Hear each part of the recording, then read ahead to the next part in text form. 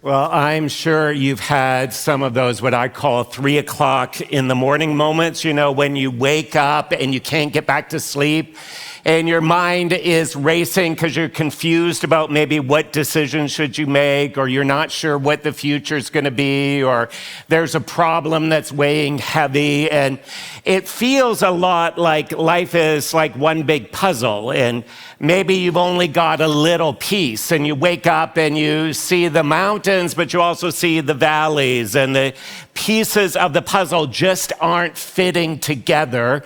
And you think, is God in control? And sometimes all you really just want to know at the moment is it going to be okay? Is the puzzle picture going to look good for me? Is God going to be able to work it out? And we call that God working it out. We call that providence. And providence is really God working behind the scenes, taking the natural course of events and using them to achieve his purpose. That's providence, that God's taking all the pieces of the puzzle and he's putting together one by one, and the picture is going to be okay. And providence is one of the great mysteries of the Christian life. How does God work in the midst of my natural, ordinary circumstances, be they good or bad? And so today I invite you to open your Bibles to the book of Esther, and we're going to take some time in this book because it is all about God's providence. How is God working behind the scenes? Now, there's a couple unusual things about Esther. One is that God's name is not mentioned.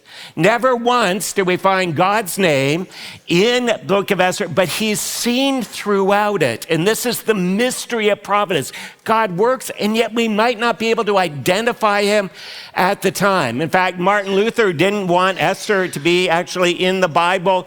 John Calvin, the theologian, wrote commentaries on every other book but Esther. And a couple of years ago, we spent time, about 8 weeks, going through the book of Esther. And so if this sparks something deeper for you, I invite you to go back on our YouTube page and re-listen to those messages, how God really works behind the scenes. But this is what we want to look at. We debated, do we do this book in the midst of the pursuit? But it's so important to understand. Because what we see is that when God is most absent, he's most at work. Now, it's not that God is absent, God is always present. But do you know those times when God feels most absent? When you wake up at 3 and you wonder, where is God? Does God care? Does God see? Does God know? The reality is he's most at work. This is what Esther reminds us of. And when we see God working, right? When you get an answer to prayer, when God seems to be changing lives, when there's something exciting happening and God is working, we're all excited, we're cheering, and it's like, yay, God. Imagine if we could be just as excited when he appears absent, knowing he's at work. And to be just as excited in those moments when we're not sure what God is doing, knowing that he is putting the pieces of the puzzle together for us. And it helps us in our waiting. And it helps us in our wondering. And we're going to see today just some things to help us when all we see is maybe one piece of the puzzle. How are we convinced of God's providence? Just to put Esther into context, we've been going through the Bible from Genesis to Revelation. We call this pursuit because it's God pursuing a relationship with us. God created Adam and Eve, put them in the Garden of Eden, and said, I just want a relationship with you. I want to be your God. I want to walk with you. Just walk with me. But Adam and Eve wanted to do their own thing. They ate of the fruit in the garden. Sin came into the world. Everything kind of crashed around them, and God's been on a restoration journey since then to restore all that was lost. And he promises at the very beginning of Genesis that there is going to be a Savior. And we saw the family the Savior came, that family became a nation, that nation became a kingdom, with King Saul and King David and King Solomon. But then we saw how that kingdom just kind of spiraled around under adultery, worshiping money and power and other images. And God said, I just want a relationship with you. In fact, I'm so committed to a relationship with you. If your hearts wander, if you worship idols, I'm going to bring pressure, difficulty in to get your attention again. In fact, I will go even so far as to take you into exile, take you into being political prisoners of another country so that you would follow me. And we saw Israel eventually went into exile. They went to Nineveh, to Assyria, then to Babylon. And the Babylon was taken over by Persia, and they were in exile. And then the last couple of weeks, after 70 years, God, faithful to his promise, returned them to the land about 539 BC. They were able to go back. And we saw God raising up leaders to help in that return. God raised up Nehemiah and Ezra to help rebuild the city. And today we want to look at another one of those leaders, an unlikely leader. Ezra was a spiritual leader. Nehemiah was a political leader. Esther is an unlikely leader. She's like you and I, a very unlikely leader that God uses. And she didn't know it until God began putting some of the pieces of the puzzle of her life together. So what we're going to see first is that in the midst of difficulty, that the challenges and obstacles of our life are not obstacles to keep us from the puzzle, but they are pieces of the puzzle. Each challenge that we face is a piece of the puzzle. And we're going to see as Esther opens, everyone was in trouble. Everyone had a challenge in their life. And so this morning, we're just going to walk through the story very quickly, go through these 8 chapters, and then draw together some points. So we see as it opens, everything is upside down. Esther 1, verse 1. Now, in the days of Ahasuerus, the Ahasuerus who reigned from India to Ethiopia over 127 provinces, in those days, when King Ahasuerus sat on his royal throne in Susa, the citadel, in the 3rd year of his reign, he gave a feast for all his officials and servants. The army of Persia and Media and the nobles and the governors of provinces were before him. And while he showed the riches of his royal glory and the splendor and pomp of his greatness for many days, 180 days. This was a 180-day celebration. The king of Persia wanted to show and prove his power, show off all he had, that he had a 6-month bender with his best friends and the leaders of the area. They all got together. The wine was flowing. He was showing everything that he had in the nation. And eventually we read at the end of those 6 months, he wanted to show off his wife. He was married to a woman named Vashti, apparently incredibly beautiful. He sends servants to go and say, hey, Vashti, would you come and parade, walk the runway in front of all my friends, let them ogle you? And she refused. She dared to refuse an order from the king. May have been her husband, but he was the king. And the king didn't know what to do with it.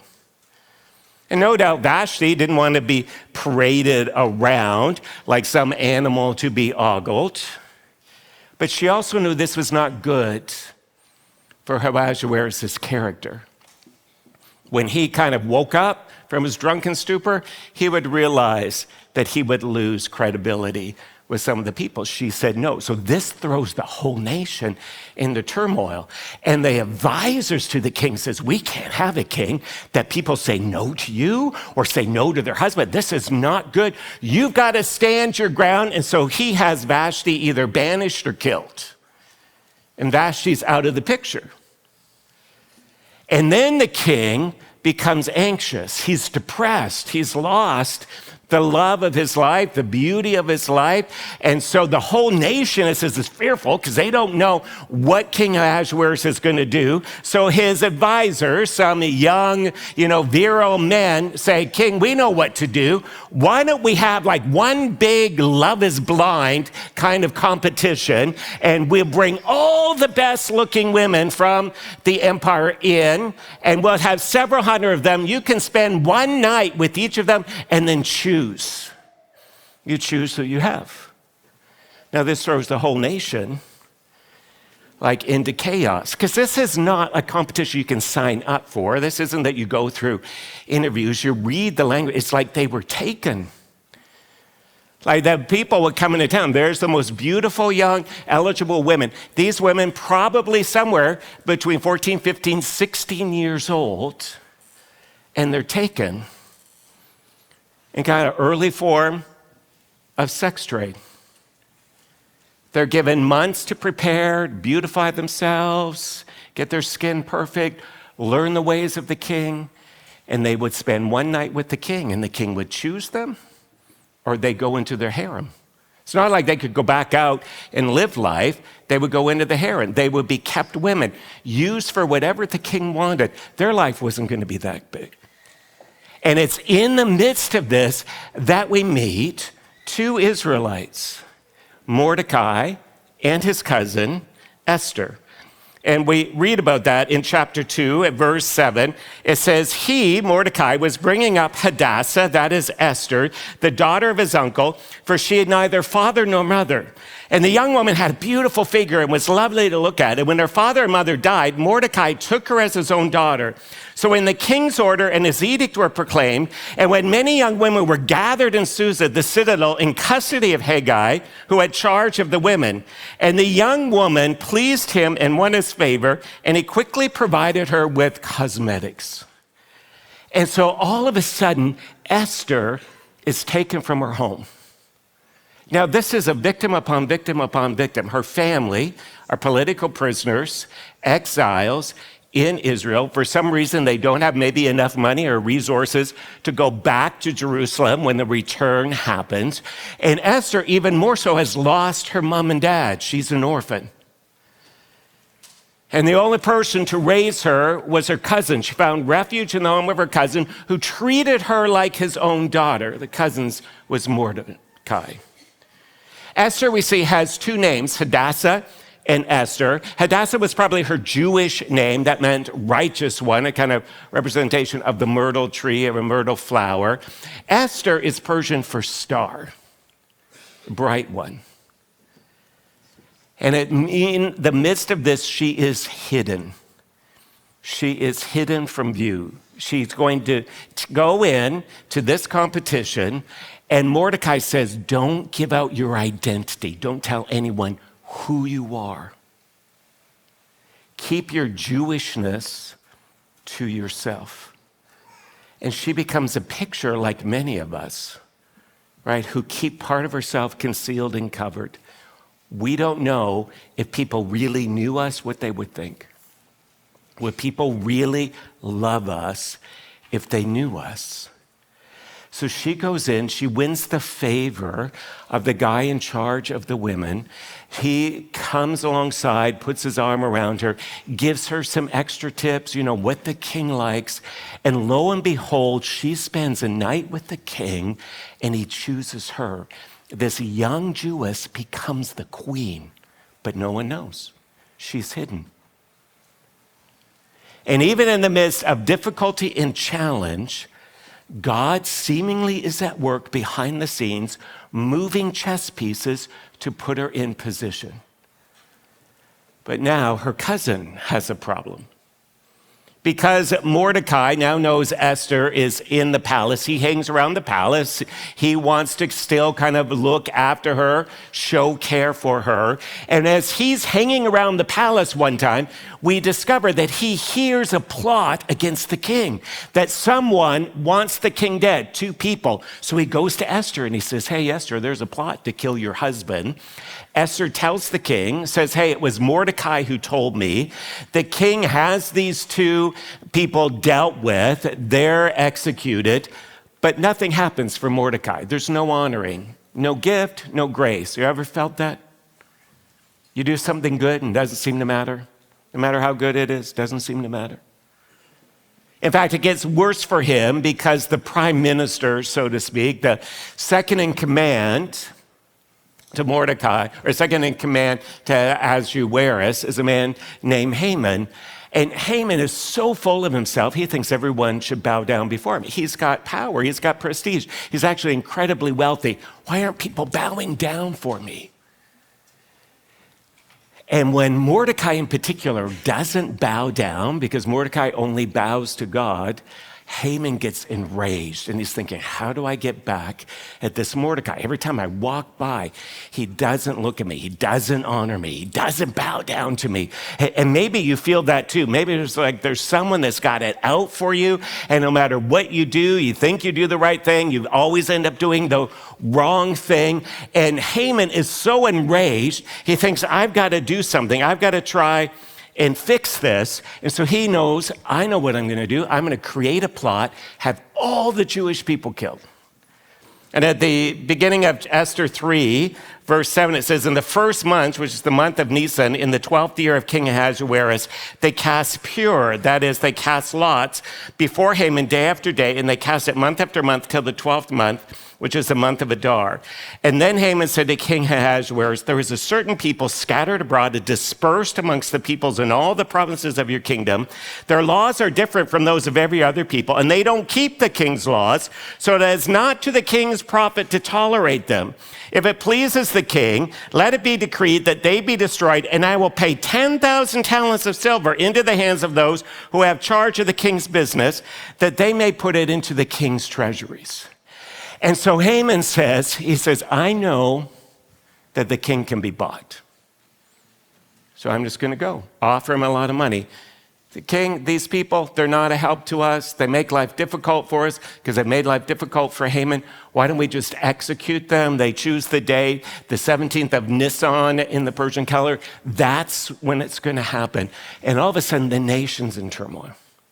The Jewish people are in turmoil. And you look, right, Esther opens, and it's one ugly piece of the puzzle after another. You've got a king who can't keep his attitude in check. You've got a queen who was banished. You've got all these young women who are taken into some sort of trade and put in a harem, most likely against their will. You have Esther, who's been a victim upon victim above victim, and now she's in the palace, but she doesn't get to see the king that often. And Mordecai, he's not doing well because he's got an enemy, and the people are hated because you've got a government that can be bought. You've got corruption at the highest of levels. And Esther opens, and it seems like an impossible situation. And yet, every obstacle is not a problem. It's a piece of the puzzle. That's what we learn. That God is putting these pieces together because he's about to do something. And friends, here's the issue. Sometimes this is all we can see, right? We see a piece of the puzzle. We see the indents, the little tabs. We see it. We see big pieces, lopsided. We just see this. And sometimes we look at that and we think, I'm in trouble. It's not an obstacle.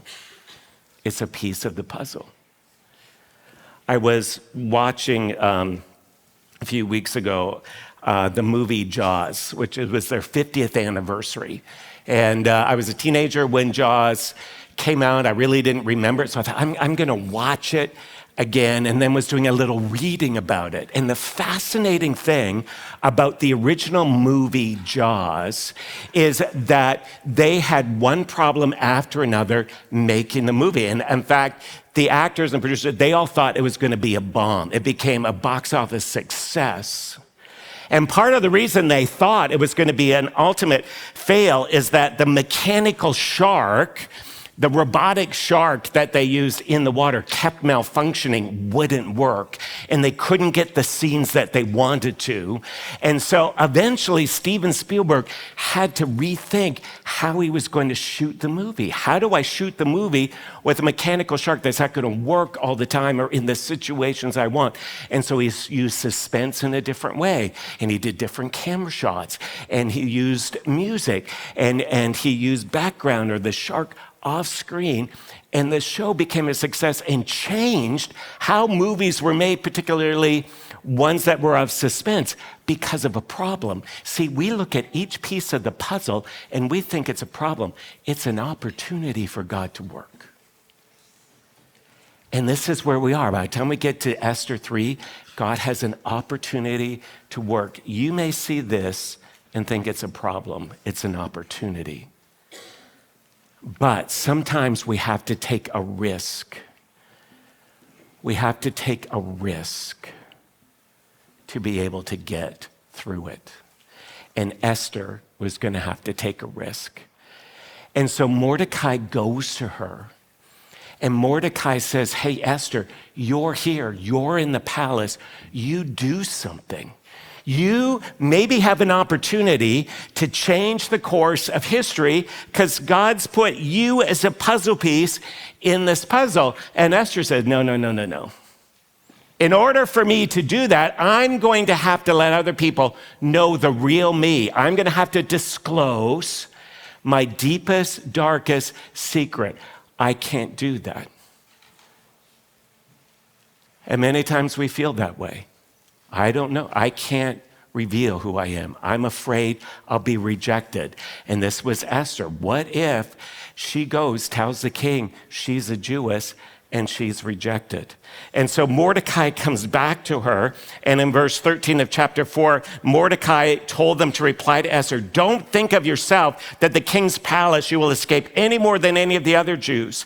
For if you keep silent at this time, relief and deliverance will rise from the Jews from another place. But you and your father's house will perish, and who knows whether you have not come to the kingdom for such a time as this. And Mordecai says, I'm not taking no, Esther. Because thirdly, three things. First, don't think you're going to escape. If all the Jews perish, don't think you're going to be saved. Underneath all those fancy Persian clothes, there's Jewish blood. You will be taken. This is your opportunity.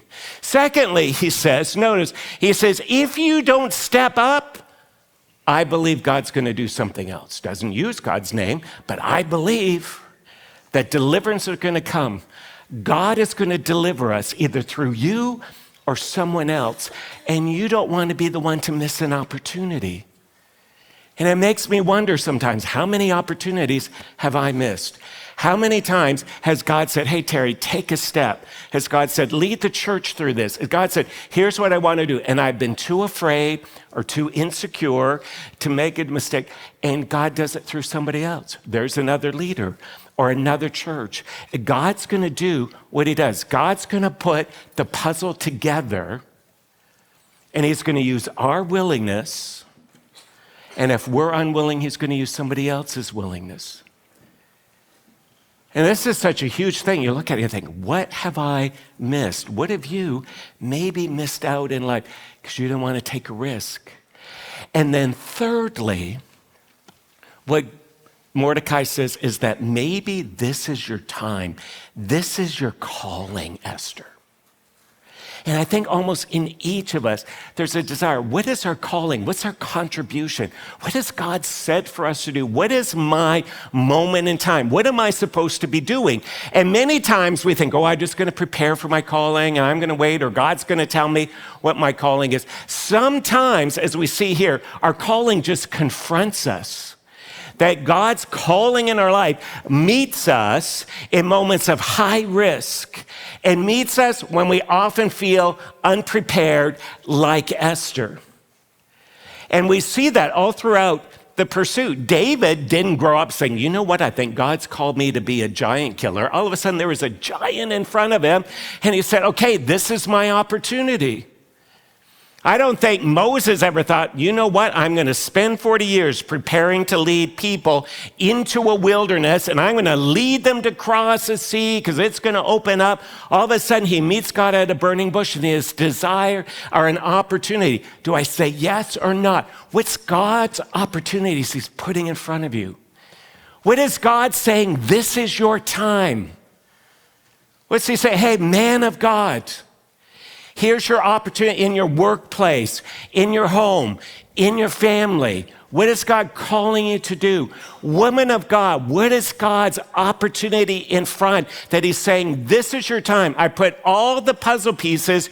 You stepping in are the next piece of the spiritual puzzle in your workplace, in your family, in your community. What's God calling you to? And so Esther has a decision to make. What am I going to do? And Haman, you notice, when he was confronted with a problem, he chose a quick fix. He said, hey, I'm just going to pay some money. I'm going to bribe the king, and I'm going to get rid of Haman and everybody else. Esther doesn't choose a quick fix. She chooses a fast fix. She invites everyone to fast and pray, including herself. Now, I don't know about you. I've made so many messes with a quick fix, trying to fix something quickly, thinking I can do it, and I make it worse. And often that's what we want. We go to God, our prayers, fast or quick fixes. God, just fix this. Esther went and fasted. And fasting changes everything. She says, I'm giving up food. I'm more hungry, God, for you to work than I am for food right now. I'm more hungry for you to give me wisdom. I'm more hungry for you to give me courage. I'm more hungry for you to give me a strategy. And friends, so many times we want a quick fix instead of going and fasting. And it changes our perspective. Before she would go into the presence of the king, she went into the presence of the King of Kings and said, God, lead me. And out of that, there's a strategy we would never have imagined. And so eventually what she does is she gathers up the courage to go see the king. In chapter 5, verse 1, says, on the third day of fasting, Esther put on her royal robe, stood in the inner court of the king's palace, in front of the king's quarters, while the king was sitting in the royal throne inside the throne room, opposite the entry to the palace. And when the king saw Queen Esther standing in the court, she won favor in his sight, and he held out to Esther the golden scepter that was in his hand. And then Esther approached, touched the tip of the scepter, and the king said to her, what is it, Queen Esther? What's your request? It shall be given you even half of my kingdom. And Esther said, if it please the king, let the king and Haman come today to a feast that I have prepared. And here is Esther. She musters up courage. Friends, we sometimes have to take risks that are bigger than us. That's a risk. That's faith. Right? Many times people say, well, I want to have more faith. How do I have more faith? You have to take more risks. You can't have more faith without risk, because faith often is spelled R-I-S-K. Esther had to risk. She's going to risk her life. She knew going into the king unannounced, it may demand her life. She knew that she could reveal who she was and the king would reject her. This was a risk, and God often calls us not to small risks, to big risks. But notice what happened. She goes in, her heart's beating, her stomach's probably in her throat. And what does the king say? The king said, I'll give you anything. And friends, what a picture. What a picture for us approaching God. She approaches with boldness, and she's met with grace. And this is what the writer of Hebrews says, that we approach the throne of God with boldness, because we're going to find mercy there.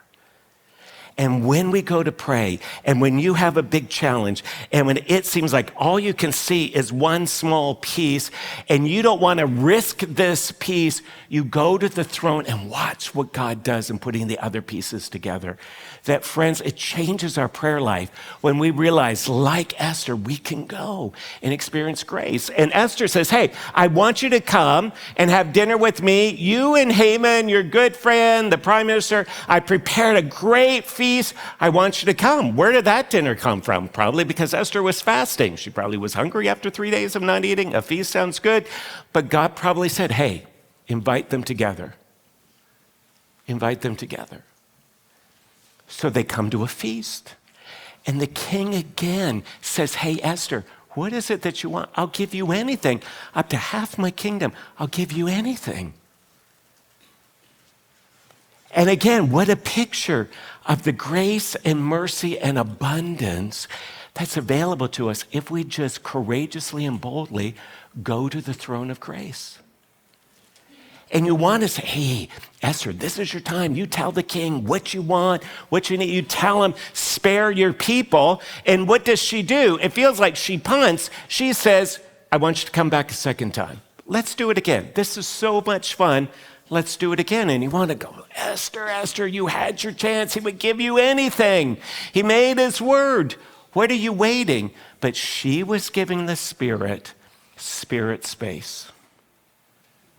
She was giving opportunity for the Holy Spirit to work. Friends, sometimes we want a quick fix where we can fix it instead of a fast fix where God's at work. And the Spirit, sometimes we have to give the Spirit room to work. And I've seen that. Sometimes I want to fix something, I want to do something, and God, it's like God saying, you just give me some space. Give the Spirit an opportunity to work. And the Spirit works. Haman goes home. He thinks so much of himself. He goes, tells his friends, tells his family, I just had dinner with the king and queen, shows everybody how much money he had, what a great person I am, and that the queen wanted to eat and dine with me. But of course, on the way home, he passes by Haman, who won't bow down to him, and he gets such a grudge. He's like, what am I going to do? I got to get rid of this guy. And so he says, in the morning, I'm going to have a gallows built, and they're going to hang Mordecai on those gallows. I guarantee it. Ahasuerus, the Spirit works in him.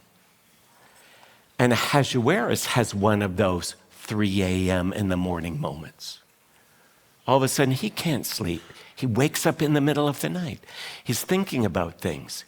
He wants to be able to sleep, so he pulls out the chronicles, the history of his reign. You know, if you want to, go to sleep, sometimes that's what you read is just kind of history or historical stuff. And he reads, it happens that he just reads the part about Mordecai sparing his life, how Mordecai undercovered or saw a plot. And then he reads that nothing was done for Mordecai. And all of a sudden at 3, he's worried. There's a missing piece. Mordecai wasn't honored. This guy, I owe him my life, and I've not done anything. So the next morning, he calls Haman in to kind of the throne room and says, hey, Haman, there's somebody I should honor, and I forgot to honor. What would be a great way to honor them? And Haman thinks, it must be me. He's going to honor me. So what would I like? I would like some new clothes. I would like some of your royal robes. I want to sit on your horse. I want someone to lead me around town and say, this is the guy the king wants to honor. And Ahasuerus goes, that's such a great idea, Haman. Why don't you lead Mordecai around in my robes? And so in a twist of fate, Mordecai is dressed in the king's robes, riding on the king's horse, and Haman is leading him around. And Haman thinks, okay, but the 17th of Nisan is coming. This guy's going to be done. I'm going to get him on the gallows, or it's going to be like, what else could go wrong? Well, the queen could be Jewish. That's what could go wrong. And so they come back for a second banquet. And for the 3rd time, the king says, you just tell me what you want. And Esther says, I just want safety for my people. There's a plot to kill them. And king, if you were just going to enslave them, I wouldn't say anything. But this, my king, you're going to wipe out a nation. And friends, when you see from the beginning of the pursuit, this is what our spiritual enemy always wants to do. He wanted to wipe out the Jewish people because then the Savior couldn't come, because that was the line from which the Savior was going to come. And Esther says, you're going to wipe it out. And Ahasuerus is like, I had no idea these were your people. I had no idea this was going to happen. And he's so angry, and he says, who does this? Who would do the plot? And she's like, this guy, Haman. And he's even more angry that his trusted confidant is probably angry at himself that he could be bought. He kind of steps out of the room to control himself. Haman hangs on Esther, pleads and begs on her. Ahasuerus comes back in, sees Haman all over his wife, gets even fully arranged, and has Haman killed on the same gallows that Mordecai was going to die on. And Haman's privilege, his money, his title, it's all given to Esther. And Esther gives it to Mordecai. And Mordecai now becomes prime minister. It ends with a banquet that they call Purim. That on the 17th of Nisan, when they were supposed to die, the king made a new edict that they could defend themselves. There wasn't as much bloodshed. And they had a big feast for everyone because God was at work behind the scenes. And they knew it was God. It starts with kind of this funky banquet where everything gets out of control and ends with a celebration of God's presence. The whole pursuit starts with Adam and Eve eating unrighteously. And the pursuit we're going to see ends with a banquet in heaven in celebration of the King. So what do we learn from this? 3 quick things. 3 things. 1, God rewrites our life. You can't evaluate your life from one piece because of what God can do. You can't base judgment on one piece. Ahasuerus did not see Esther as a poor orphan girl. She was a queen. God, when Christ comes into our life, doesn't see our past. He sees who we are. Secondly, Esther is not just a good person to emulate. Sometimes we're like, okay, well, I should have more courage like Esther, or stand up, or I should be in a place. I should just step into my time. Esther for us is a picture of Jesus. Story is not about us trying harder and do better. That's not the gospel. The gospel is that Jesus did it. As Esther was willing to surrender her life, she says, if I perish, I perish. She was willing to give her life and she lived. This is what Jesus did, but he gave his life so that we could live. And notice that Esther is a picture of Jesus. The king gives to Esther what? Half the kingdom. All the privilege. What does Esther do? Gives it away to her people. Gives it to Mordecai. Jesus won sin and death. He won the keys to the kingdom. And what's he do? He gives them to us, friends. And so we have this amazing authority. We have this spiritual opportunity.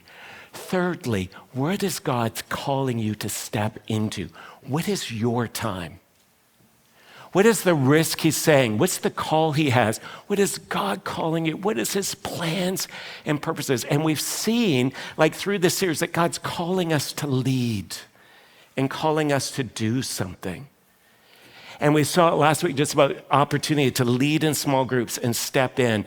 And today we wanted to share with you an opportunity about stepping into Alpha. And I'm going to invite Pastor Dave to come. And you know, Alpha has been a big part of our ministry here. And many of you, your lives have been rewritten. God's redone that, given you grace. So Dave, what are some of the stories? What have you seen Alpha do here at Bayview? Yeah, well, I know we all love hearing the stories about those who have come to know Jesus and had their lives changed that way, but I want to share with you a story about leadership development because great leaders help us run great alphas. And so I want to tell you the story of Brent today. He started as a table host and helper on an alpha a couple of years ago. And we just noticed his leadership capacity, his incredible ability to facilitate this conversation around the table. So we moved him through our layers of leadership right up to where he is now part of our lead team. Our lead team on Alpha, what it does, it actually casts the vision for Alpha and it shapes how we run Alpha here at Bayview Glen. it's just been great to watch Brent step into this role. Him and the team that actually train our table hosts and helpers. I listened to a training event that they did. I would say it was the best table host and helper training event that I've ever been at. I was sitting at the back of the room taking notes. It was so good. And then just recently, we invited Brent to come with us to a hub directors gathering, which is for leaders and pastors of churches all across Canada that run Alpha. And here Brent is in the room becoming an expert on Alpha as other pastors and leaders are actually coming up to him and asking him all these questions about, hey, how do you run Alpha? And then finally, just recently, actually in June, we hosted a Run Alpha conference for, again, pastors all across Canada. And Brent is part of the panel talking about leadership development with all of these leaders. Like I said, great leaders help us run great Alphas. We have had so many amazing leaders join us on Alpha because we want to make sure that every guest that walks through the doors on one of our Alpha courses experiences God's love, and great leaders help us do that. Well, we see Brent's over there. He's slinking down in his chair. Thank you, Brent. And many of the other leaders, Alpha leaders who are here. We're going to be offering Alpha more often this year, or in the months to come. And this fall, we're offering something a little different. We're offering a Youth Alpha. Can you talk about Youth Alpha and what God's doing in that generation? Yes, we're running our Alpha Youth course in September. What you need to know about it is that Alpha Youth actually started in Canada, and it's become this global phenomenon, actually. And so they have updated the curriculum to connect with those who are in kind of younger Gen Zs or Gen Zs. We're in Canada. Younger Gen Zs with older Gen Alphas. And this is something that's specific to Canada, what I'm going to share with you right now. Alpha has done all of this research on teens in our context, and what they have noticed that in Canada specifically, there is actually this incredible hunger amongst younger Gen Zs and Gen Alphas to explore Christian faith, to explore Jesus. One of the questions, though, that they're asking, is Jesus and Christianity good for the world? This is the lens from which they're engaging, or wondering, I should say, about the truth about Jesus. So that means that we have to deliver this truth in a different way. Right? It needs to be more relational. It needs to be around a table. It needs to be in a safe space where they're free to ask all of their questions. And so that's what the Youth Alpha series does for us. And if people want, I know we're going to be needing some leaders, participate. If people want to connect more with Alpha and Youth Alpha, what do they do? Yeah, well, you can find Allison Thomas, our youth director. Her email is on our website if you'd like to be involved, or you can go to our kids ministry area. You can talk with Pastor Bev, and Pastor Bev can give you her contact. But what I do want to say is a lot of times we talk about our teenagers and our youth as being like the church of tomorrow or the next generation. I always push back on that because our students are here in the room with us right now. All right? They are leaders that we need to come alongside and help them develop their capacity so that they can engage in these meaningful conversations about life and faith with their friends. And so if you have a passion to work with students, like I say, I would encourage you to talk to Allison. If you are scared of teenagers, I get it. All right, it's okay. But here's what I say. Here's what I'll say to you is, are you okay to cook a meal for some students? Are you okay to pray for some students? Are you okay to sit at a desk and register so that they can come in and find their friends and sit at a table? Can you do that? There's so many different ways that you could actually engage with the lives of our students here at Bayview Glen. And so I would encourage you again to find Allison and find out how you can be involved with our Alpha Youth course. Well, thanks, Dave. As a reminder, Esther was a teenager. Daniel was a teenager. God is always at work in that generation. I invite us all to stand. Thank you, Dave. And we're just going to close by singing God Has Good Plans. And maybe you only see a small piece of the puzzle, but can you trust that God is working behind the scenes, bringing ordinary events together to accomplish his plans for us?